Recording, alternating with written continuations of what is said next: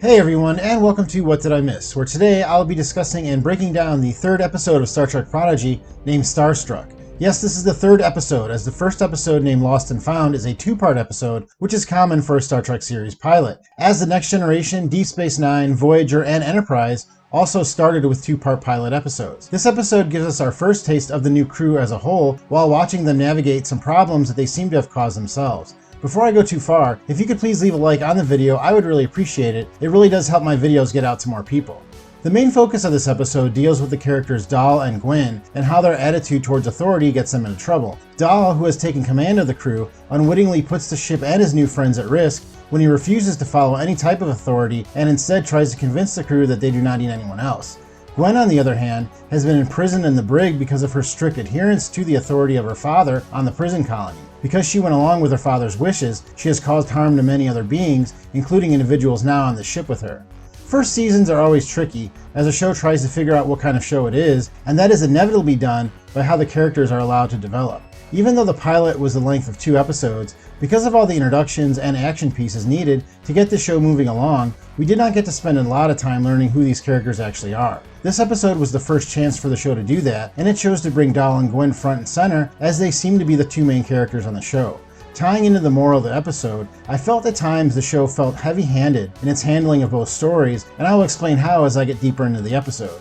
But after watching it the first time, I felt this episode more so than the pilot was geared towards a younger audience than myself, which is one of the things I was afraid of going into the season. I'm not going to say I hated this episode, as I don't know yet how the rest of the storylines will play out, but I think this episode definitely felt like it was a series meant for kids. Having said that, there were still things in the episode that I liked, and I still think that the show has a lot of room to be successful on a lot of levels. The episode begins right where the last one ended, with the crew meeting the Janeway hologram.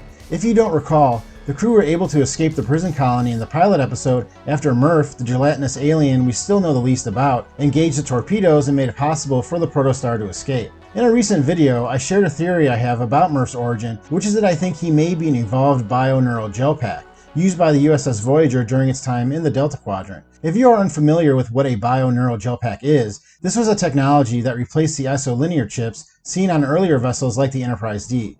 They made it possible for faster processing within the ship's systems and had biological as well as technical components to them. Besides Murf being a color similar to a gel pack, I think this would explain why Murf was able to figure out how to launch the torpedoes during their escape. It was after he made contact with the Council that he was able to interface with the ship, perhaps because of his familiarity with Federation technology. I also think the reason the Universal Translator is unable to translate his speech is because if he is made up of a ship's component, he may communicate in some type of code language. On the Next Generation, we saw a race of cybernetic beings known as the Binars communicate with each other in a similar code that the Universal Translator also did not translate.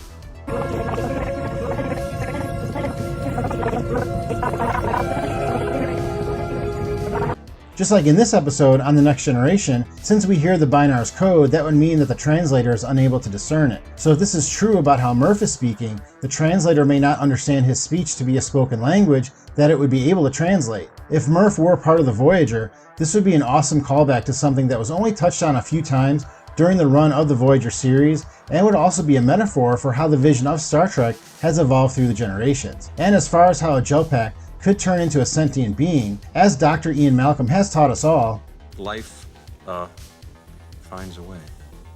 But let me know in the comments, do you think that Murf could be something like an evolved bio-neural gel pack, or do you have any other theories as to what he could be? Honestly, finding out more about each of these characters is what I look forward to most on this series. I also want to know more about the mission of the Protostar, as the Janeway hologram says some very curious things when explaining her place on the ship.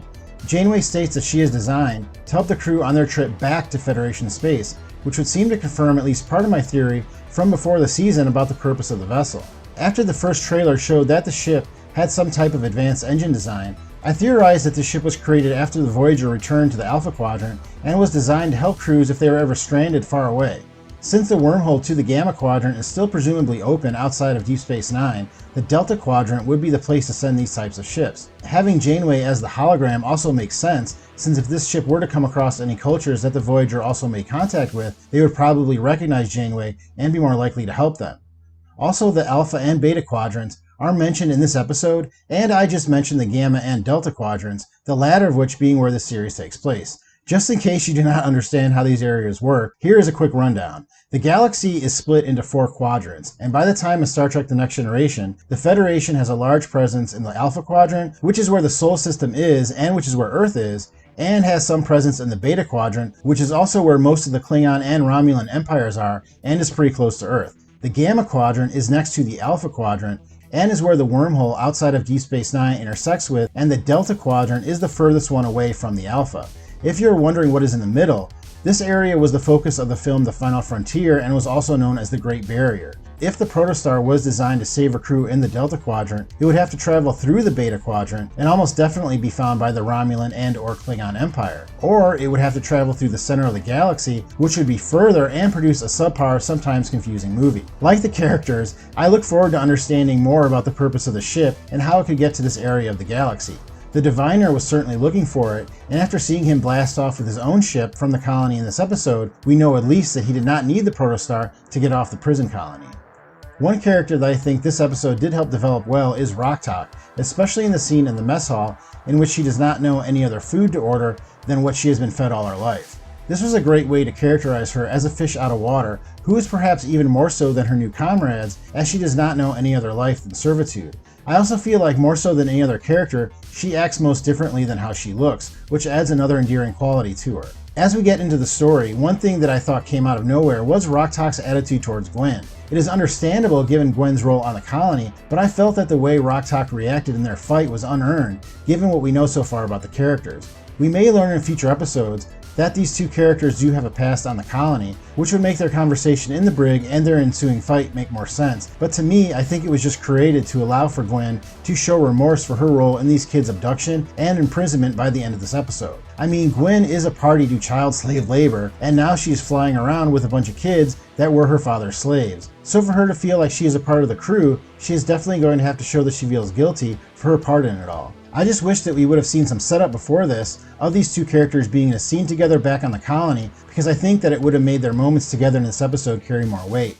As far as Dal goes, his character to this point has been a little much, and I hope that he calms down a bit, especially if he is supposed to be a leader for this group. He has reacted like an exposed nerve to everything so far, always trying the most extreme option and not listening to anyone else. I'm sure that part of his character development will be him learning to trust other people, and it seemed like this episode was meant to jumpstart that development. But I felt like it came off heavy-handed, and it did not seem realistic that even in the face of a collapsing star, that these kids would not listen to a hologram to get them to safety. Like showing how Gwyn following her father and not questioning him or trying to stop him shows that her character should not always follow the rules. Dal's story was meant to show that he should learn to listen to people that want to help him and not always go his own way.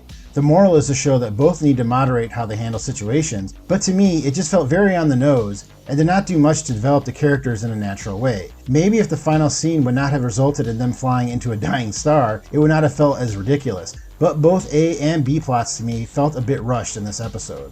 There were not many Easter eggs in this episode, but my favorite was that hologram Janeway drinks coffee, just like her biological counterpart was known to do. I also thought that the maneuver that the Protostar uses to get out of the gravity well, which is that they turn into it, was similar to what Captain Sulu had the Excelsior do after the moon Praxis was destroyed in the film The Undiscovered Country. Also, when Janeway explains to the crew what the Federation is, an alternate design of a Tellarite to what is used for Jankum Pog is shown, which is really interesting to me.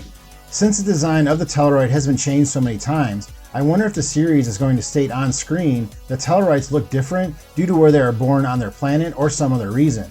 Similar to how on the series Picard, it was explained that Romulans look different due to the same reason, and of course people on Earth do as well. Finally, when the Diviner ship, the Rev-12, launches, the ship engages something called the Chimerium Cloak. In my video about the first episode, I noticed that the mineral that was being mined was named Chimerium, and that this substance had appeared before in the Next Generation pocket novels on a planet called Nalori. This mineral was also known to have natural sensor blocking and phaser reflecting properties, so it would make perfect sense that it would be used to create a cloaking device. This could confirm my theory that Gwyn and her father are actually descendants of a species known as Nalori that were introduced in said novels and are old enemies of the Federation. If you want to know more about my theory about them and the Nalori, check out my video on the first episode. Well, that is all I have this week, but let me know in the comments if I missed anything, and let me know what you think of my theories about Murf as well as Gwyn and the Diviner. Thank you very much for clicking on this video. Please hit that like button if you have enjoyed it, and I will see you next time on What Did I Miss?